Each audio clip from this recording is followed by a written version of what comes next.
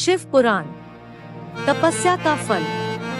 भगवान शंकर को पति के रूप में पाने हेतु माता पार्वती कठोर तपस्या कर रही थी। उनकी तपस्या पूर्णता की ओर थी। एक समय वह भगवान के चिंतन में ध्यान मग्न बैठी थी। उसी समय उन्हें एक बालक के डूबने की चीख सुनाई दी। माता तुरंत उठकर वहां पहुंची। उन्होंने देखा एक मगरमच्छ बालक को पानी के भीतर खींच रहा है। बालक अपनी जान बचाने के लिए प्रयास कर रहा है तथा मगरमच्छ उसे आहार बनाने का। करुणामयी माँ को बालक पर दया आ गई।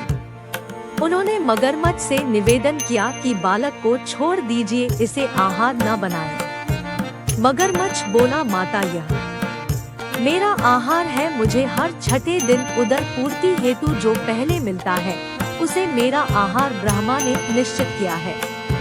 माता ने फिर कहा, आप इसे छोड़ दे, इसके बदले में अपनी तपस्या का फल दूंगी। ग्राह ने कहा, ठीक है। माता ने उसी समय संकल्प कर अपनी पूरी तपस्या का पुण्य फल उस ग्राह को दे दिया।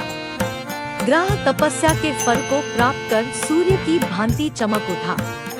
उसकी बुद्धि भी शुद्ध हो गई। उसने कहा, माता आप अपना पुण्य वापस ले,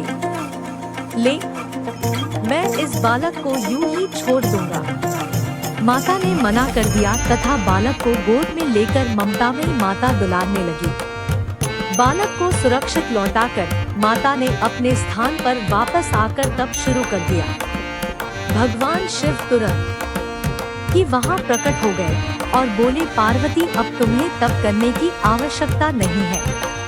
हर प्राणी में मेरा ही वास है। तुमने उस ग्राह को तप का फल दिया, वह मुझे ही प्राप्त हुआ। अत तुम्हारा तप फल अनंत गुना हो गया। तुमने करुणावश द्रवित होकर किसी प्राणी की रक्षा की, अत मैं तुम पर प्रसन्न हूँ तथा तुम्हें पत्नी रूप में स्वीकार करता हूँ। कथा का सारांश यही है कि जो परहित की कामना करता है उस पर परमात्मा की असीम कृपा होती है। जो व्यक्ति असहायों की सहायता, दयालु, प्रेमी, करुणाकारी होता है, ईश्वर उसको स्वीकार करते हैं। यह कथा शिवपुराण में उल्लेखित है।